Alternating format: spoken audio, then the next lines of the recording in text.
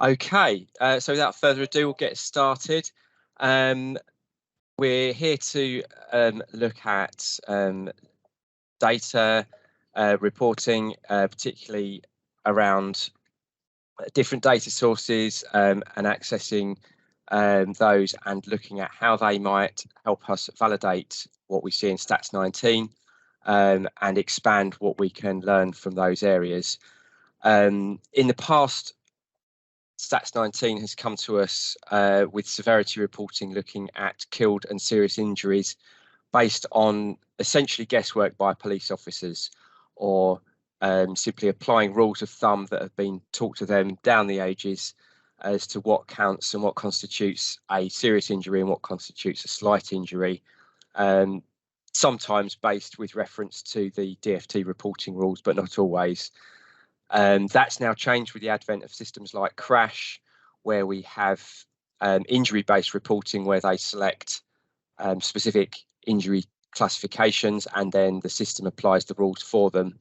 And that's led to certainly new insights into the level of under-reporting of severity that happened before, but it's opened up many opportunities for further investigation and analysis into what we can learn from collisions around people's injury severities, but also compare different systems and compare different data sources for trends over time. And that's what Matthew, Bruce and Lindsay are here to cover for us today in this seminar. So I will pass on now to Matthew, who's going to talk to us about a research he's carried out looking at TARN data and Stats 19. So over to you, Matt.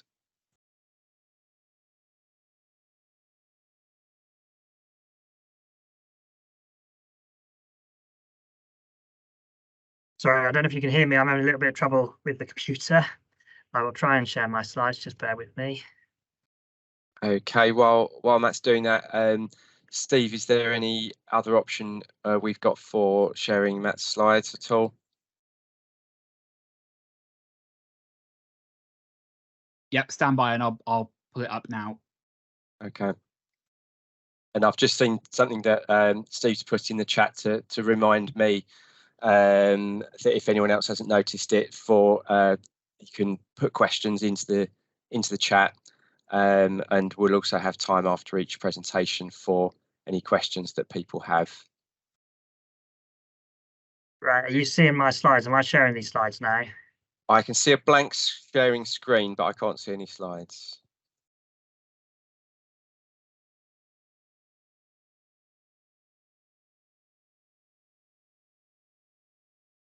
I can now see slides. Okay, apologies. So hopefully we're good to go. I'll try and indicate when I'm moving on. So if it doesn't keep up, perhaps just Will, if you can just speak up, because I can't really see much at the moment. So yeah, hi, I'm Matthew. I work in the road safety statistics team at the Department for Transport. My team collates the Stats 19 dataset, but I'm going to talk about some work we've been doing with data from the Trauma Audit and Research Network, TARN, looking at trauma patient data for road casualties with a particular focus on vulnerable road users, because that's the dataset we requested, but it's generalizable to other road casualties as well. Briefly, I'm going to say why we're interested in TARN here at DFT, look through the TARN data and what that tells us about road casualties in itself. Briefly, talk through some stuff we've done to compare TARN with Stats 19 and what that tells us about the levels of reporting in Stats 19 and how well the police are coding injury from our tentative initial work, and then where we're going next. And if anyone wants to collaborate with us, we'd be very happy to join up. So I'll gloss over this quite quickly because I assume everyone knows what Stats 19 is, but if you don't, it's the dataset of police reported road collisions and casualties, which forms the department's main source of information for monitoring trends and patterns in road casualties in Great Britain. It has some limitations, which we'll perhaps touch on, but it's worth saying it is one of the department's most important and valuable datasets. It's got a long time series of data. It goes back as far as I do, both of us back to 1979, and it does have consistent specification and guidelines, whether they're followed or not necessarily all the time, but broadly it provides a very valuable data set with a lot of information about collision circumstances, vehicles involved, and some information on the casualties. As Will sort of touched on, there are some limitations. No data set's perfect. We know Stats19 is not complete for non-fatalities in particular. And despite the advent of injury-based reporting and crash, there's still relatively limited information on post-collision outcomes, post-crash care. And that becomes more of an issue as the department is imminently going to launch its road safety strategic framework, so I'm told, which is based around a safe system approach, the 5 pillars, one of which is around post-crash care. So having better data on the outcomes of collisions is important for DFT. That's why we're looking at various other sources. We've explored a few. We've looked at hospital episode statistics in the past that fed into the most recent statistics, Stats19 review. Very useful data set, but we've had difficulty in obtaining it from the NHS digital in recent years. So at the moment, we're on pause with that one. We've got some data on the fire service, attendance at road collisions from the Home Office. That's another useful data set, but it doesn't tell us that much about the injury outcomes. So what I'm going to talk about now and what we focused on recently is trauma data from TARN. It has a lot of information on injuries for people injured in road collisions, and it's relatively straightforward to get hold of. So, as I say, the data set we've got here, we are particularly interested in e-scooter users and making comparisons with pedal cyclists and motorcyclists, which is why this is only a subset of road casualties.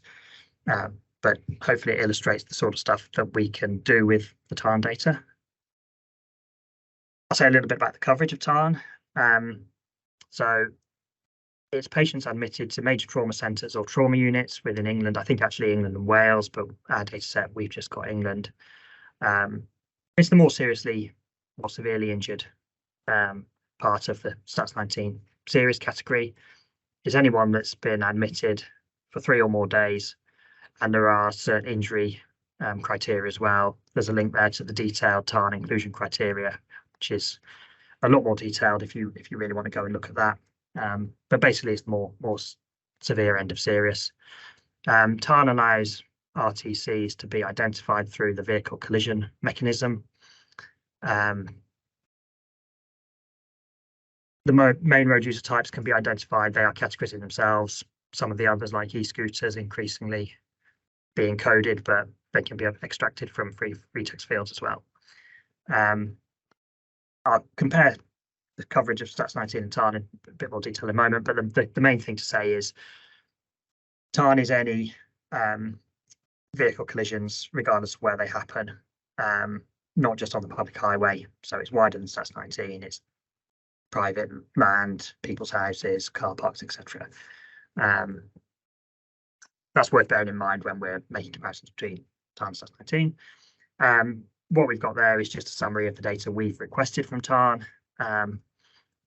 So about 14,000 records for 2.5 years. I'll talk through the variables we've got. As I said, TARN does cover all other road user types as well. This was just what we were particularly interested for our work. So I've touched on some of this already, but just to summarize the differences between Stats19 and TARN. So Stats19 is broader in terms of the injuries covered. So all deaths or injuries, regardless of severity, it should be in Stats19. TARN, the more severe, serious, and only includes deaths if they happen in hospital. If someone dies at the scene, they won't be in the TARN dataset. The location coverage, as I said, TARN in that respect is broader. The geographical coverage can be made comparable. The key one for us when we're looking at the completeness of Stats19 is around the completeness of TARN. We assume that TARN is complete in the types of patients, casualties that are within scope. And the TARN team seem to be fairly confident that is the case. I mean, if you're going to need 3 nights hospital treatment, then or 3 nights in hospital, then yeah, you'd probably want to appear. You'd want to be in hospital, so therefore you'll appear in TARN. The injury coding in TARN is by the TARN team with very detailed guidance compared to, as Will described, sometimes less detailed coding by police officers who are not medical experts. I've mentioned the road user type coding, and I alluded to the data access. One of the reasons we're interested in, or we're focusing on TARN, is because it is quite easy to get hold of relative to other health data sets. It has taken us about a year to get hold of the data, but definitely worth waiting for. Stats19, if you come to our team, then if you've not already got access to it, we can provide that very quickly. I'll rattle through some of the stuff that's in TARN just to show the variables we've got in our extract. There's a massive data dictionary, hundreds and hundreds of things. They won't actually share the whole thing with us. So this is just the tip of the iceberg. So yeah, you can break it out by year and dates. We've got overall patient demographics, so age and sex. So here we're seeing that e-scooter casualties tend to be younger, tend to be more likely to be female compared to pedal cyclist and motorcyclist casualties. That's not really the focus of this talk, so I will gloss over exactly what the data's showing here. But if you're interested, do look at our published paper. There's some stuff on the incident circumstances within TARN, not to the same extent that there is within Stats19, but then there are some things that Stats19 doesn't have. So as I said, the location type, most of them are on road, but not all of them, and this is useful for looking at, in particular, e-scooter collisions that are happening, pavements, pedal cyclists that are happening, off-road and motorcyclists as well. There's a protection field which captures, in this case, is helmet wearing more than anything.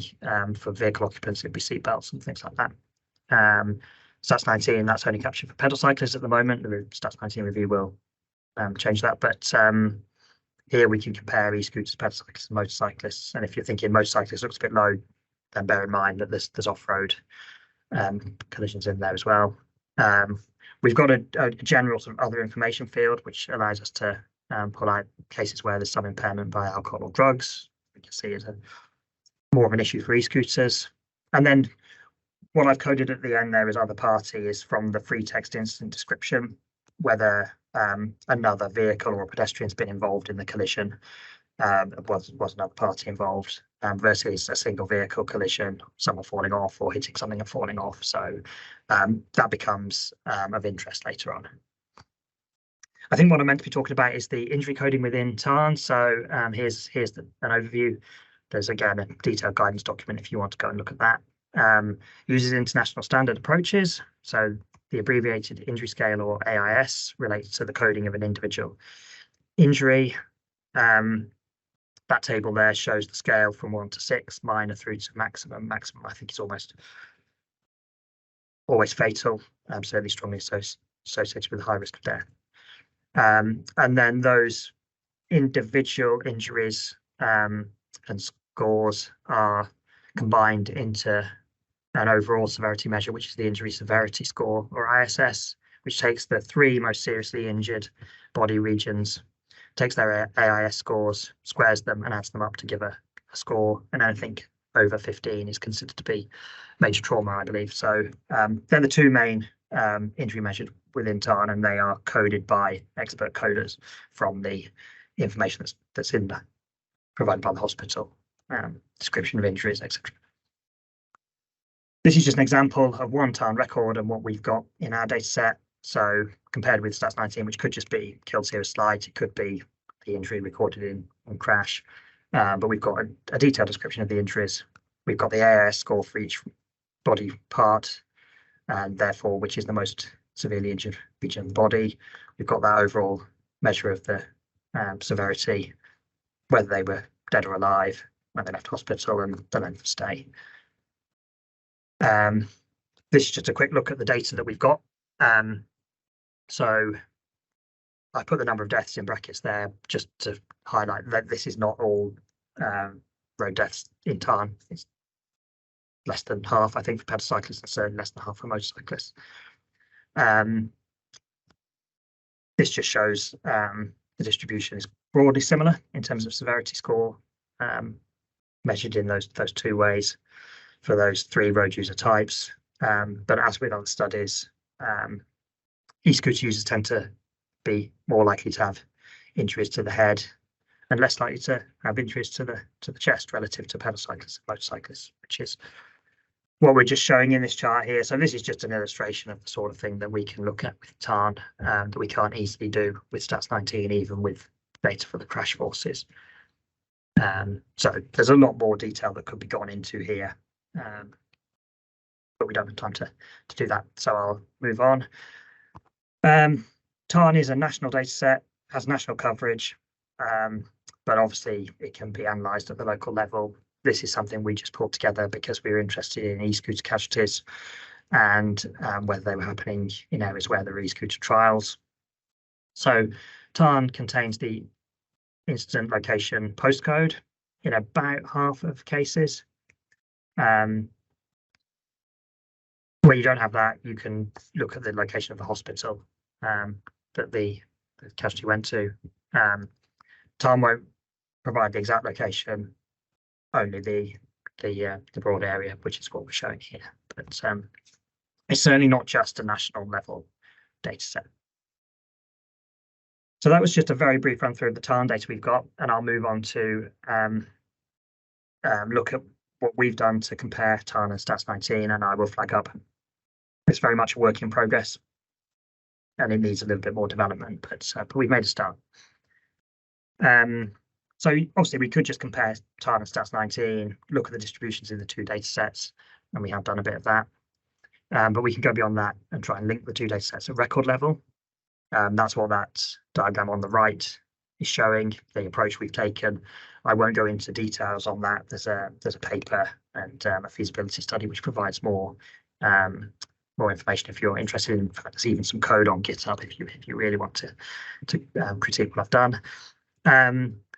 The bottom line on this is there's not a common identifier, so it's not a straightforward linkage. We need to use some fuzzy matching approach, and that means inevitably that it won't be perfect. There will be some matches that we miss because the data isn't good enough. There'll be some where we've made a link where we shouldn't have done.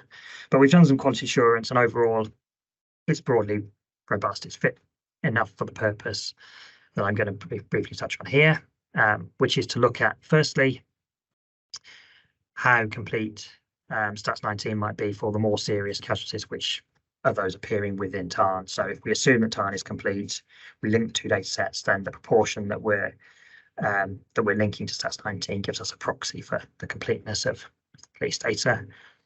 And then secondly, we can look at, for the linked records, what the police injury code is, where they use an injury-based reporting system, and how that compares with what's coded by the expert medical coders. So very briefly, this is the reporting levels for these 3 road user types that I've got in the dataset here.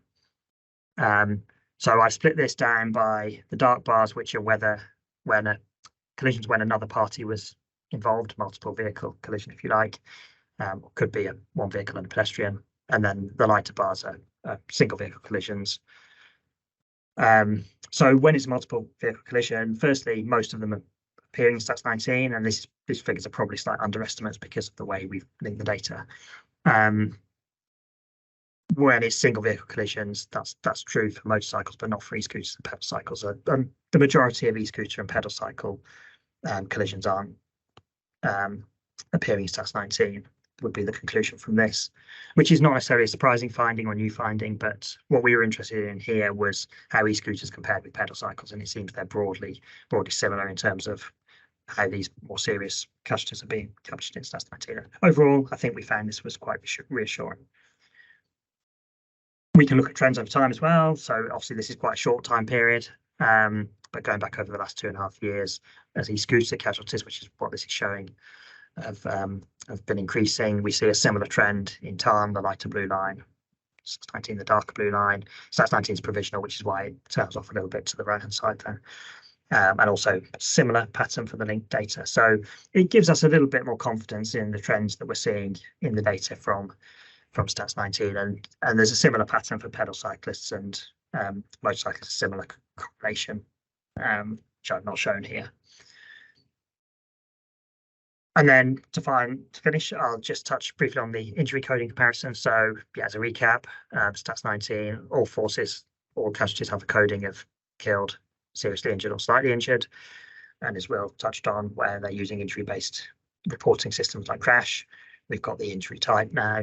That list of 20 injuries is used to code the overall severity. So in those cases where it's an injury-based reporting force, we can look at the injury type coded by the police and compare it with what's in TARN.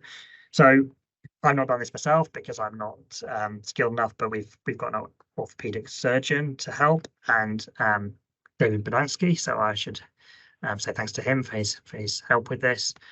We've gone through the e-scooter casualties and compared stats 19 injury with what's captured in TARN. Here's a couple of examples. So the first one is one where, yeah, fractured leg, femur fracture. I think that's deemed to be consistent. And then the second one, although there seem to be some elements of lower leg injuries there were a lot of other things. And so that was deemed to be not the most appropriate code that could have been picked in stats 19 for that case. Of course, this assumes that the matching is correct. So just to finish, we can look at, in this case, just e-scooter records, but we can also look at the cyclists and motorcyclists. That table is showing the overall comparison. So just the overall outcome in TARN is either dead or alive, stats 19 killed, serious or slight. So there shouldn't really be any cases in TARN that are being coded as slight in stats 19. So that could be miscoding, could also be inaccurate linkage. It needs a bit more work to explore. And then when we've got the more detailed assessment by the by David Bodansky, that suggests in 3/4 of cases, for a relatively small number of e-scooter casualties, the police have actually coded accurately. They picked the most appropriate injury from the list of 20. Particularly when they choose a head or limb injury, it's less accurate when they're classifying something as less serious or slight. But again, that could reflect some issues with the linkage. So I think overall, this suggested the police weren't doing such a bad job to me, but perhaps you'll disagree. I'll wrap up. Very briefly, for us at DFT, the TARN data is a really useful alternative source for monitoring trends and patterns, which we want more use of. It provides a lot more detail on injuries, and that gives us some scope to explore the more serious casualties in more depth than we currently do, and hopefully build into our published statistics. Linking to stats 19 does help to assess the quality of the police data. And as I say, to my eyes, it's generally reassuring. We know that police coding isn't perfect. This suggests for these more serious casualties, not that bad. But finally, TARN is only a subset of the more serious casualties. So it's something to add to stats 19 rather than replace it. So we will continue to work with stats 19 and to disseminate stats 19 and hopefully add some stuff from TARN as well. So yeah, a lot more stuff that we want to do if we can get access to more data from the TARN team, looking at the full picture, looking at the longer time series, doing a bit more work with the linked data set, publishing on a more regular basis if we can. And then within DFT, there's a lot of work going on at the moment to develop capability for the new road safety investigation function, and TARN and stats 19 are both being used in a couple of projects for that. I'll gloss over the questions and discussion. Very interested to hear if anyone else has got anything that they're doing in this space locally. I'm aware of some things that have been done, or any suggestions for things we could do, or where we might be able to add value by sharing some of the stuff we've done. And that's me. Thank you very much for listening. There's a link there to the report if you want to read it in slower time, and as I say, if you really want to get into the code, it's there as well. And yeah, thanks to all the people that have helped us to get this work done. Lovely. Thank you very much. Sorry, yes, thank you very much, Matthew. That's very interesting. There was one question in the chat which Lindsay has helpfully answered already, and that was about how you obtain TARN data. And Lindsay's provided a link and stated it's made available for research purposes. One follow-up to that is around what sort of criteria you need to fill to count as research purposes, and whether you need to things like data sharing agreements, and whether there's any sort of advice you can provide in meeting the criteria for it being shared. Yep. So there's a form to fill in. I think in our case, because it's not profit, not commercial, it was relatively straightforward. I can certainly share the forms we've submitted if that's helpful. I don't know how it would be if you wanted to use it for commercial purposes. I think that might be more involved. But yeah, we filled in the form. The request was put to the TARN committee. They consider on a monthly basis all the applications, and then they come back, and we worked up a data sharing agreement with them, which was relatively straightforward. Basically, we just sign up to their conditions. And we've gone through the process with NHS Digital, which was a lot more involved.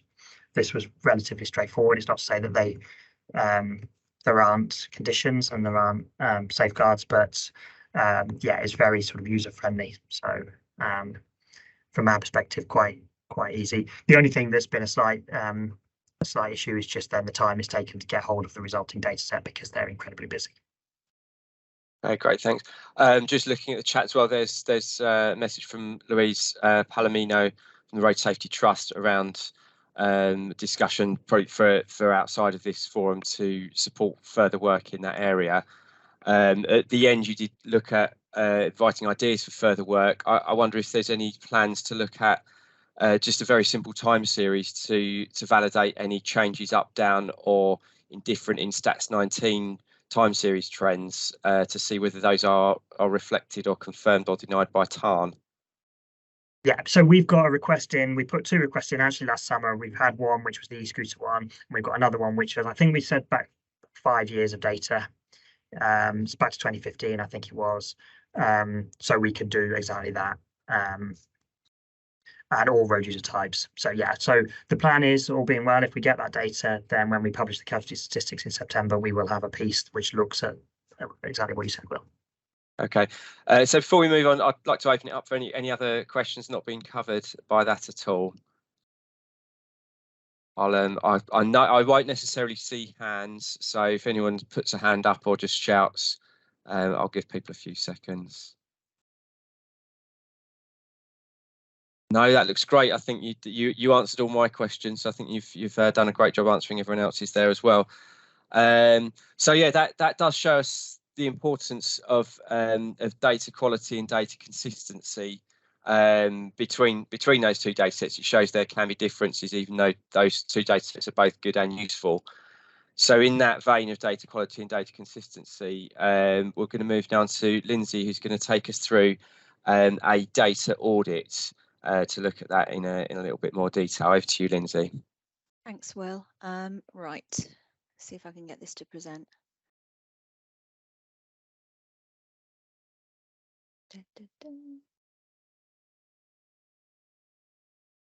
Okay. There we go. Can everybody see that? Yep, I can see that fine. Okay. Yep, cheers. Cool. Okay, I'm for those that don't know me, I'm Lindsay Owen. I work in analytics for Agilysys, and I'm just going to do a short presentation on a piece of work that we did a little while ago, actually, for a road safety partnership. So in terms of data sources within your local area, you might want to consider carrying out a data audit to see exactly what's available. So we at Agilysys did something similar to this for Wiltshire and Swindon Road Safety Partnership, to look at what data sources they had available to them and how they could complement the official Stats 19 data. So what I'm not going to do in this presentation is present all the findings of that audit and how it was used, but just really to outline the approach that we took to doing this. Dorset and Wiltshire Fire and Rescue Service commissioned us to carry out this audit for the Wiltshire and Swindon Road Safety Partnership. It was in addition to a wider piece of work of analysis and research that we did for them, which included a big piece of work on an area profile for them. But specifically with this stream, they wanted to know the relevance of supplementary data sources and whether they could be used to complement what we had already from the official Stats 19 data. So whilst it was possible to carry out an assessment of some of these data sources, in almost all cases, the data itself wasn't really readily available and accessible to the partnership. So we broke the audit down into the three main stages of work. The first step was around data discovery and looking at what sources of data could be used or already being used, either locally or elsewhere. The next step was to look at the clearly defined use case scenarios for those data sources. And then the third step looked at the potential new data sources and how they would improve road safety knowledge and understanding. So our approach, we considered the data already in use. So to compile the area profile, which we did for them, the main data set, of course, was the Stats 19 data that we then blended with available data on sociodemographics, such as Mosaic, Experian Mosaic data, and IMD, Index of Multiple Deprivation data. So we also used data on road lengths, population, ONS, rural and urban classifications, to calculate rates for them and provide national and local benchmarking between the areas.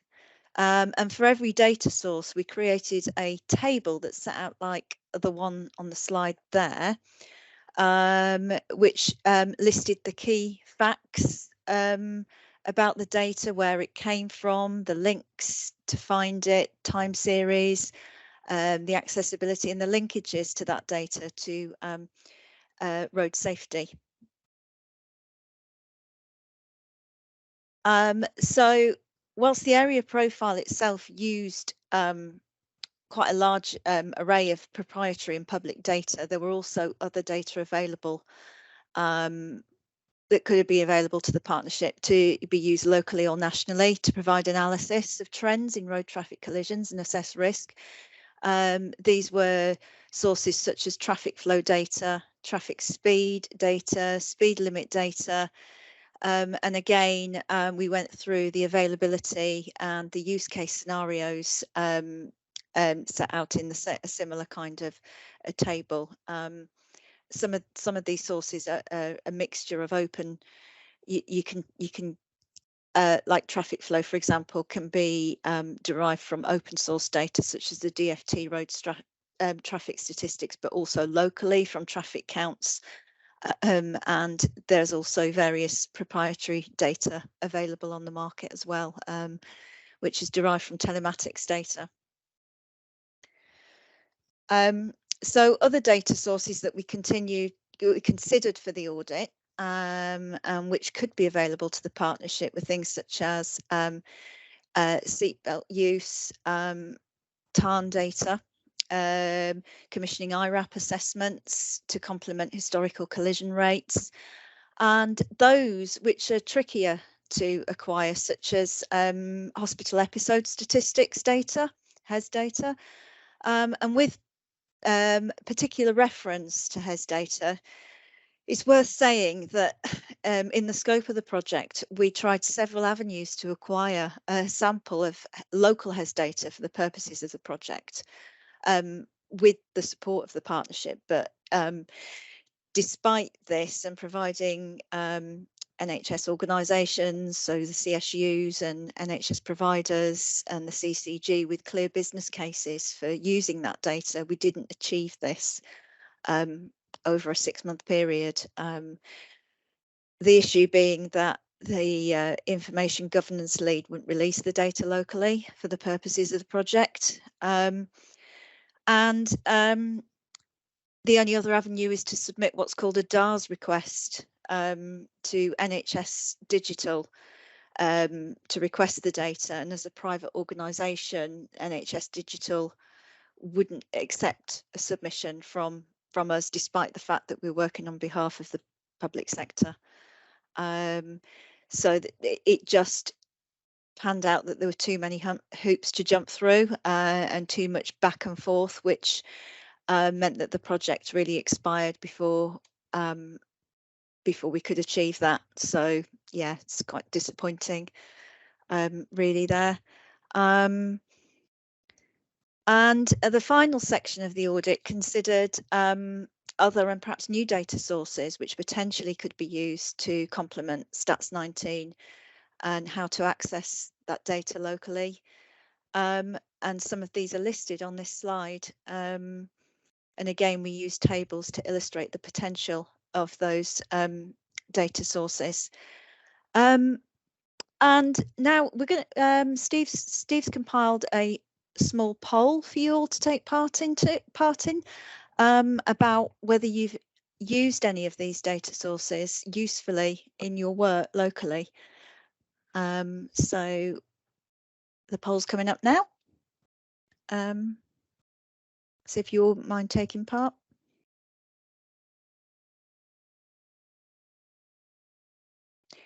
Steve, you'll have to give me a nod when we've got the results in.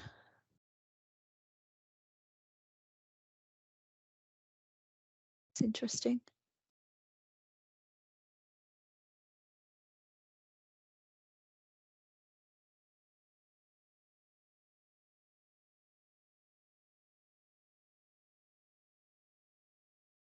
So we've got 33 responses so far.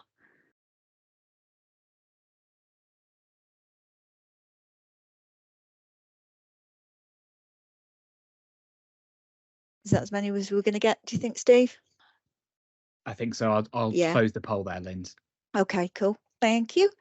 That's really interesting. And please, if you want to add to this, if there's anything that you want to share in the chat about how you've used some of these data sources, we might have time at the end of the webinar to discuss these. It should be really good. Okay. And then just finally, just to say, we've been working with RSGB on providing further support to analysts on accessing data from various sources, how to use that data. And we've been developing what's called a data wiki, which is available publicly online by following the link on this slide here. It was developed in 2022 with the RSGB Champions Network, and contains links to the different types of data, recommendations on how that data can be used locally to provide analysis and insight. So yeah, feel free to take a look at that. And yeah, if you've got any questions, please put them in the chat. And that's me. Okay, thank you very much, Lindsay. That was very useful. I do wonder how many people here have done a similar sort of process, any sort of data audit. So if you don't have to share the results, but it'd be interesting to know if anyone else has followed that sort of process. So please, put in the chat or wave a hand if you want to mention that at all. Just from the poll, some interesting things coming in from the poll. I was quite pleasantly surprised that when I just checked, 22% of people have used the investigations and coroner's data, which is a very rich data source. It's quite labour intensive to pull the information and meaning out of it in terms of analysis, but it's great that there's quite a lot of people here that are using that and getting that level of insight. But on the flip side, I was surprised how that only 10% have used National Travel Survey. It's very readily accessible and fairly easy to use, and it provides very good information on exposure rates, so you can work out risk from that, combining it with Stats 19. So there may be something we can do in terms of follow up around showing that process. As Lindsay mentioned, the data wiki is the place for that type of information, so we can have a look and see if that's a guide to that process is on there, and if not, we can maybe look at providing something. I was also interested, not unsurprisingly a small amount, but 2% have used insurance claims information. Please share how you did this, because I think it's a very common topic in the Champions Network about how great it would be to be able to access insurance claims information.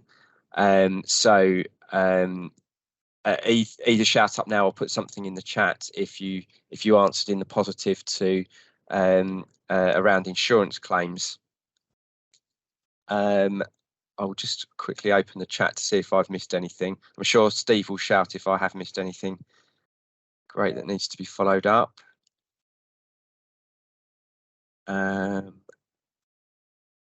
Okay.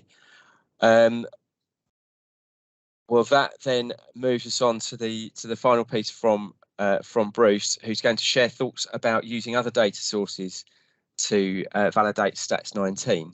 So over to you, Bruce. Lovely. Thank you very much, Will. And I'm just, I hope, sharing a presentation now.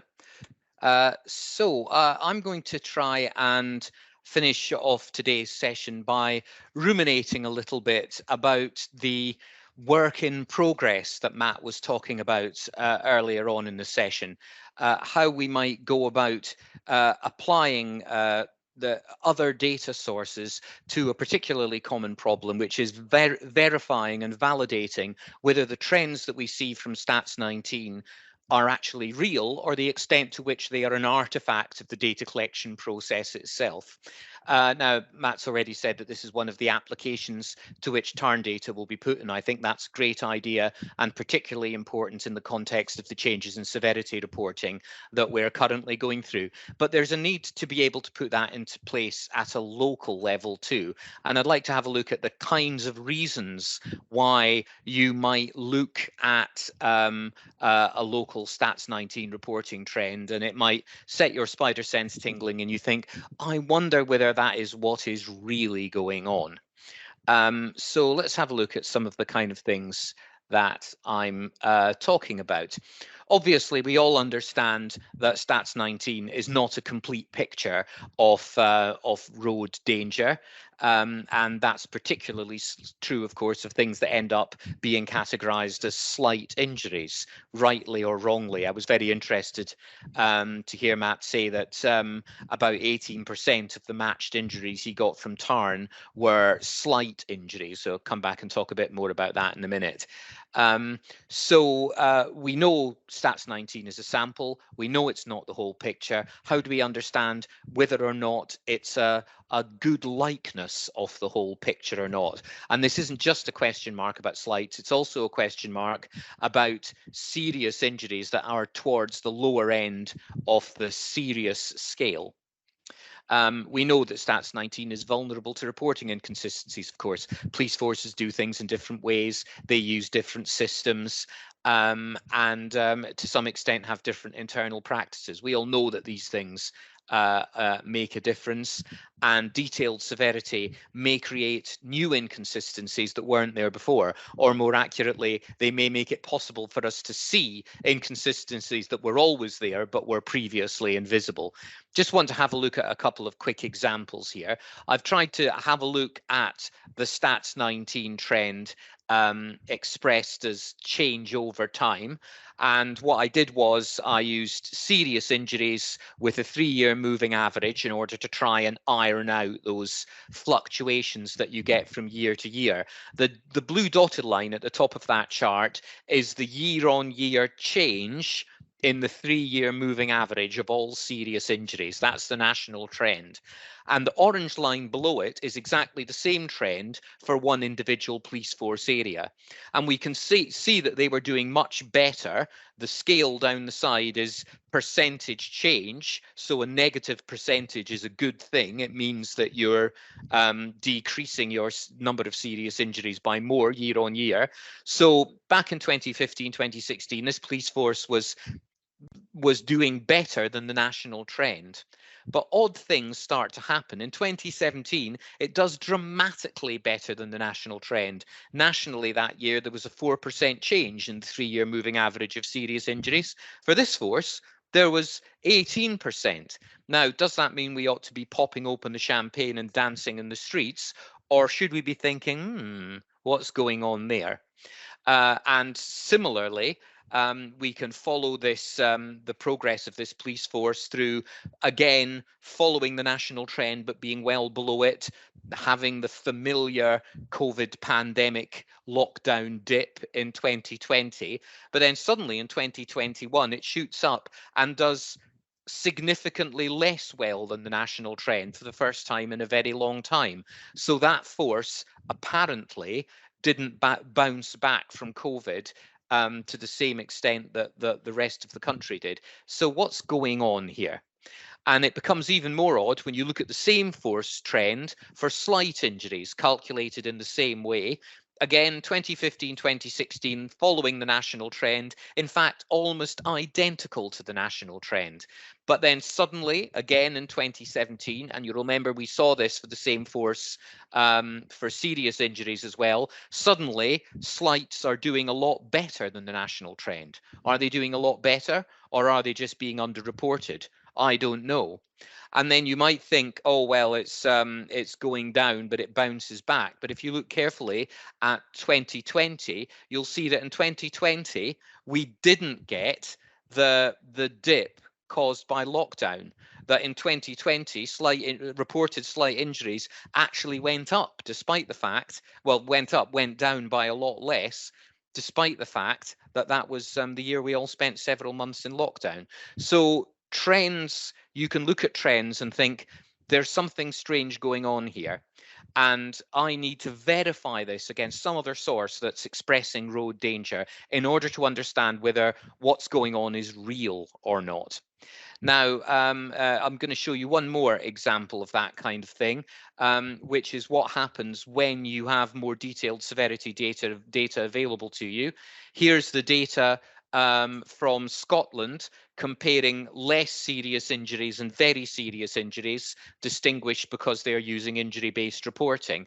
And this is how just talking about KSIs and leaving it at that means that trends can be missed. And you can see there that even though less serious injuries went down a bit up at the top of the chart there, and fatalities flatlined, very serious injuries actually rose between the 2 years for which we've got injury reporting data. So is that trend of less serious injuries going down, is that real, or are they leaking into slights? Because it seems to contradict the trend in very serious injuries, which of course are life-changing. They're the ones we should be most concerned about. So these are the kinds of trends that we need to find ways to validate in order to understand the extent to which they're real, the extent to which they're consequences of data reporting, and also the extent to which they're caused by changes in road use. We saw Matt mention some very interesting statistics about injuries to e-scooter users earlier on, which is something that we need to have some thought into. So how might we use other data sources to validate Stats 19? And can this be the answer? And this is something that some authorities have been trying to do for a very long time. I know, for example, that the the Highway Authority area in which I live, Oxfordshire County Council, have, going back better part of 20 years, have been able to use HES data to try and validate their local trends. This is things people have tried to do in the past. And I'd be curious to know if anyone in this seminar has actually had a go at doing this, and if so, what data sources did you use? Did you have any challenges with it, and how it got on? If you put any thoughts you've got in the chat, we might be able to come back to it at the end of the presentation. But of course, other data sources may create some challenges, some difficulties that we have to try and consider. One of those challenges is the problem of casualty displacement. And casualties, of course, are not necessarily transported to a hospital within the same area as the area where the collision occurred. Using Oxfordshire as an example again, there are 2 general hospitals with accident and emergency units indicated by the blue crosses on that little map of Oxfordshire there. One of them, of course, is the JR in Oxford, slap bang in the middle of Oxfordshire, and a large proportion of the Tarn collisions that go there, Tarn casualties that go there, are probably going to be from Oxfordshire. But I live in Banbury, which is that one up in the far north of Oxfordshire, and Banbury is going to be receiving people injured in Northamptonshire, in Warwickshire, in Gloucestershire, because of course the primary concern of the ambulance crew is to deliver the casualties where it can best be helped. So whose trend is whose? To what extent does that trend belong to Oxfordshire? How do we disambiguate it? How do we understand where it's happened? But there may be that other data sources give us mitigations that we can apply to address some of these problems. For instance, ambulance data is something that's very rarely used. I think only one person ticked it in the poll that we had a few minutes ago. But can accident data expose the beginning and the end of the trip and therefore tell us when a casualty crossed the border? Perhaps it could. I don't know. This presentation isn't about answers, it's about questions. But perhaps that is a problem that could be mitigated by using different data sources. Another problem is the issue that somebody being hospitalized does not necessarily equal them being seriously injured. I talked earlier on about Matt's inquiry, assuming that the fuzzy matching was right, of course, which is not a certainty, that about 18% of the people actually recorded as Tarn casualties, meaning that they were at the more serious end of serious, were recorded in Stats 19 as slights, which just goes to show that hospitalization is definitely something that can cut both ways. But in the past, Stats 19 used hospitalization as one of the definitions that officers could apply of serious injury, but that is no longer the case with injury-based reporting, and the Department for Transport have actually gone through and made retrospective changes to the long-term data series to remove cases where it was known that an injury was only classified as serious because of hospitalization and not for any other reason, which at least means the series is as compatible as it can be with injury-based reporting for the future. I was very amused by Will's definition of the old severity method as being rules of thumb passed down through the ages. That pretty much sums it up, doesn't it? But as we move to something that's a bit less of a rule of thumb, it's probably going to raise as many questions as it does answers. So how do we mitigate the definition of serious issue? Well, obviously, Tarn potentially points a much better way to approaching degrees of severity and being able to unpick the difference between different sorts of what have traditionally been called serious injury. But how do we compare the 6-point maximum abbreviated injury scale, which Matt talked about, to the Stats 19 detailed severity scale, which is a 5-point scale and therefore doesn't map directly onto the maximum abbreviated injury scale? Or perhaps we shouldn't even be worrying about that, and instead we ought to be using injury severity score, which from Matt's presentation sounds like it might be even more helpfully diagnostic. So understanding how to make severity comparable is an important question that you need to answer when you're doing this kind of thing. To touch briefly on the last couple of things, Stats 19, of course, has its little ways. Matt talked about the fact that private property doesn't count in Stats 19, but does count, of course, in TARN, because TARN's about helping people regardless of where they were injured, not about counting people for statistical reasons. We've also got the issue of things not being reported to the police and injuries being natural causes. So is it possible to mitigate these things when you're comparing the two data sets? For instance, can information in blue light responder data be used to indicate whether or not the police attended, so we can understand whether or not it was potentially Stats 19 recordable because the police were aware of it, and also perhaps whether it not occurred in private property? Quite a lot of people I noticed tick the fire and rescue service box, and it would be interesting to know from those of you who've used FRS data whether it was able to distinguish between things that were potentially Stats 19 reportable and things that were FRS shouts that you wouldn't expect to appear in Stats 19. And finally, of course, all data has its weaknesses. Stats 19 is the devil we know. We all know that the public don't always choose to engage with the police. We all know pedal cyclist collisions are notoriously underreported. We all know different forces use different practices and that these things have to be taken into account. Perhaps other data sources will alleviate some of these shortcomings, particularly with e-scooters, as Matt was suggesting in the TARN work. But if they do mitigate what we all know are the well-documented shortcomings of Stats 19, do they also indicate new weaknesses? And how much do we understand of the weaknesses? I think the work that Lindsay did with Wiltshire and Swindon of producing metadata that describes the provenance and content of the other data sources you're using is very good practice for understanding what weaknesses are and are not present in any new data sources that you might be using. For example, to try and validate your Stats 19 trend and understand why the wrinkles that you may see in it, like the ones we saw earlier on, are actually there. And I'd be most interested to hear if anybody's got answers to these questions or thoughts about them. I haven't been monitoring the chat, and I don't know if we've got a couple of minutes to consider these questions before we wrap up. I shall pass back to Will. Thank you very much, Bruce. So we have 3 minutes left of our allotted time to wrap up. There's an interesting comment from Derek Ingram, who was a traffic safety officer with the police, and has stated described some really great practice in how they populated their injuries and never assumed an injury.